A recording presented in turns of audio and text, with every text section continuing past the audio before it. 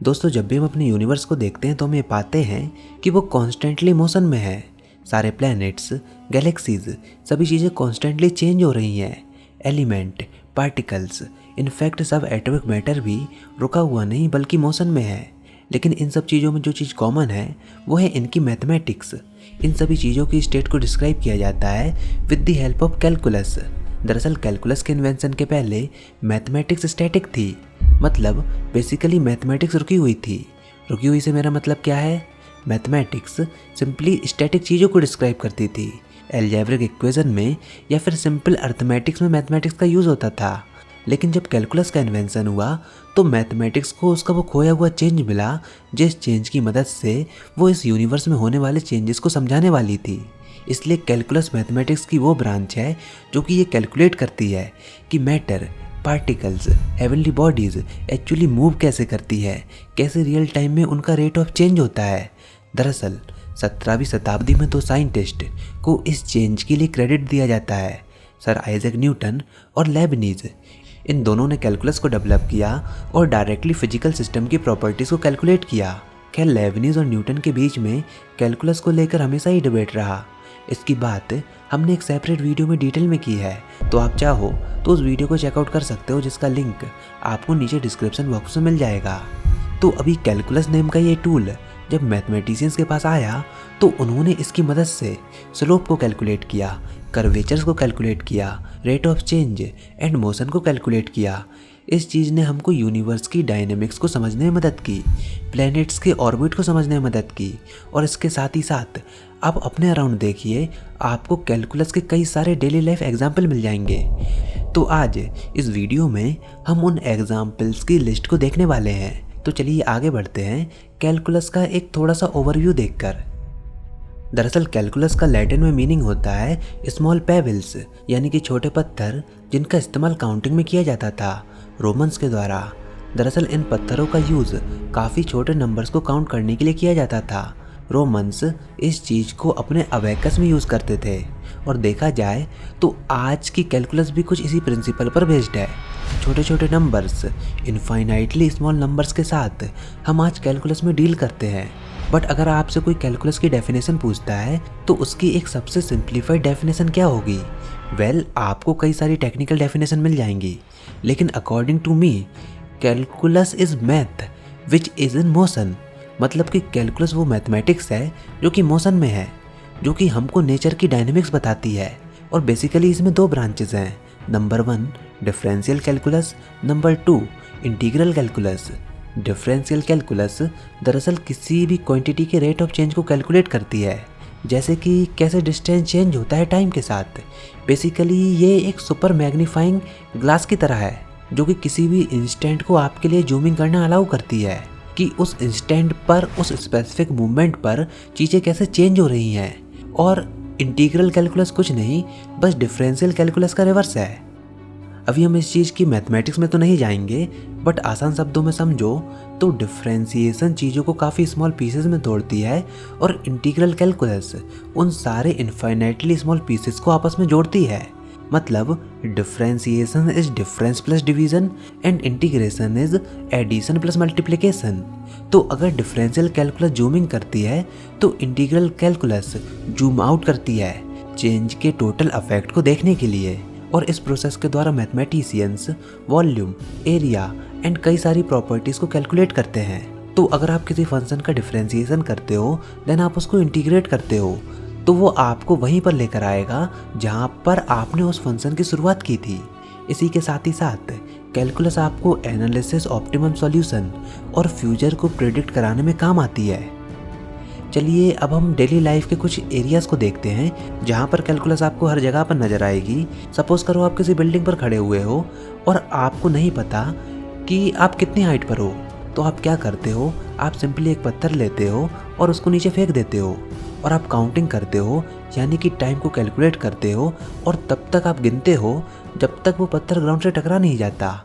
पर एक चीज़ आप यहाँ पर नोटिस करोगे कि वो पत्थर जब गिर रहा होगा तो वो कांस्टेंट स्पीड के साथ नहीं गिरेगा, वो एक्सेलरेट करेगा एज लॉन्ग एज, जब तक कि वो पत्थर गिर रहा है। अगर वो पत्थर कांस्टेंट स्पीड के साथ गिर रहा होता तो इस चीज़ को हम बेसिक अलजेब्रा से फिगर आउट कर लेते। लेकिन क्योंकि वो एक्सेलरेट भी कर रहा है, देन हमको इंटीग्रल कैलकुलस की ज़रूरत होगी ग्राउंड तक के डिस्टेंस को कैलकुलेट करने के लिए। और इस टाइप का ऑब्जर्वेशन बेसिकली जब आपने पहली बार कैलकुलस पढ़ी होगी तो फिजिक्स के प्रॉब्लम्स में हमको इसी टाइप से कंफ्यूज किया जाता है, जहाँ पर हमको ये फिगर आउट करना होता है कि ये प्रॉब्लम कैलकुलस से सॉल्व होगा या फिर बेसिक अलजेब्रा से सॉल्व होगा। तो अगर आपने उस रेट ऑफ चेंज को ऑब्जर्व कर लिया तो यहाँ पर 100% चांसेस होते हैं कि वहाँ पर आप करेक्ट मेथडोलॉजी का यूज़ करोगे। क्लास 11th में आपने इस टाइप के प्रॉब्लम्स को ज़रूर डील किया होगा, जहाँ पर आपको ये फिगर आउट करना होता है कि ये कैलकुलस से सॉल्व होगा या फिर बेसिक अलजेब्रा से। एंड इसी प्रकार से जो लेंस हम यूज़ करते हैं, तो लेंसेज क्या करते हैं, जो भी लाइट सामने से आ रही है, जो भी पैरेलल रेज ऑफ लाइट उस लेंस से टकराती है, तो वो लाइट उस लेंस के फोकल पॉइंट पर कंसंट्रेट हो जाती है। इसी प्रकार से जो सैटेलाइट की डिशेस होती हैं वो फोकस पर टारगेट करके उन सिग्नल्स को स्पेस में भेज देती है। पर हाउ डू यू नो कि फोकल पॉइंट कहाँ पर है, कहाँ पर हमको रिसीवर रखना है? तो ऐसे केसेस में कैलकुलस हमारे काम में आती है। इसी प्रकार तीसरा, अगर आप फिजिक्स पढ़ते हो तो जनरली हमारी जितनी भी फिजिक्स है वो पूरी की पूरी डिफरेंशियल इक्वेशन पर बेस्ड है। हम पूरी फिजिक्स में केवल डिफरेंशियल इक्वेशन को ही सॉल्व कर रहे होते हैं, क्योंकि फिजिक्स में हम जनरली डायनेमिक्स को स्टडी करते हैं, चेंजेस को स्टडी करते हैं। तो आप चाहे न्यूटन के सेकंड लॉ को देखो, आप रिलेटिविटी को देखो, आप इलेक्ट्रोस्टैटिक्स को देखो, क्वांटम मैकेनिक्स को देख लो, इन सब को समझने के लिए आपको कैलकुलस का आइडिया होना नेसेसरी और कंपलसरी है। इस पर भी मैं एक वीडियो ऑलरेडी बना चुका हूँ कि क्यों हमको फिजिक्स में सेकंड ऑर्डर डिफरेंशियल इक्वेशन नज़र आती हैं, तो आप चाहो तो उसको भी चेकआउट कर सकते हो।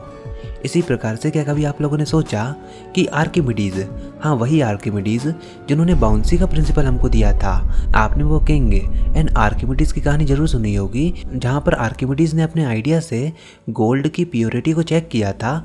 वही आर्किमिडीज ने पाई की वैल्यू को काफ़ी ज़्यादा एक्यूरेसी के साथ कैलकुलेट किया था बाकी लोगों से पहले। लेकिन सवाल यहाँ पर यह है कि वो ऐसा कैसे कर पाए। बेसिकली उन्होंने कैलकुलस के अर्ली वर्जन का यूज़ करके पाई की वैल्यू को कैलकुलेट किया था। खैर इस चीज़ की बात हम कभी डिटेल वीडियो में कर सकते हैं कि कैसे आर्किमिडीज ने पाई की वैल्यू को कैलकुलेट किया।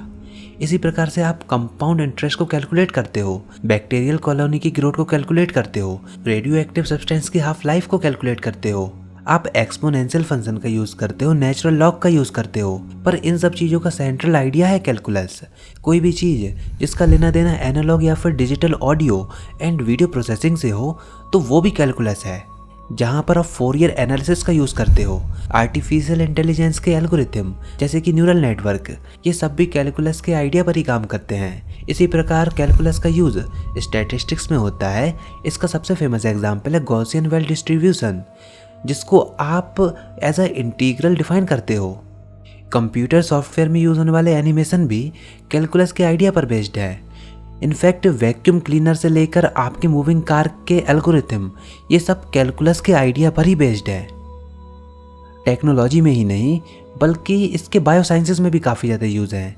न्यूरोलॉजिस्ट नर्वस सिस्टम को स्टडी करते हैं, उसमें होने वाले डिसऑर्डर का ट्रीटमेंट करते हैं। अभी हमारा नर्वस सिस्टम एक प्रिसाइज और सोफिस्टिकेटेड न्यूरॉन्स का नेटवर्क है। अभी इसके अंदर कुछ मेजर डिविजन्स हैं, हमारा सेंट्रल नर्वस सिस्टम, ब्रेन और स्पाइनल कॉर्ड।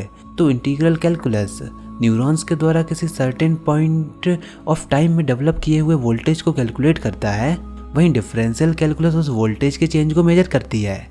इसके अलावा हमारी बॉडी में ट्यूमर की ग्रोथ और श्रिंकेज को भी कैलकुलेट करने में कैलकुलस का यूज़ होता है। इसकी मदद से आप ये भी कैलकुलेट कर सकते हो कि उस ट्यूमर के अंदर कितने टोटल नंबर ऑफ सेल्स हैं।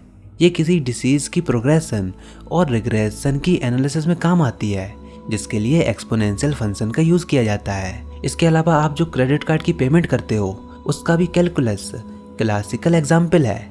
Economics, engineering, chemical sciences, biological sciences, physical sciences, हर जगह अगर आप किसी भी चेंज की स्टडी करोगे then you have to use mathematics and motion, I mean calculus.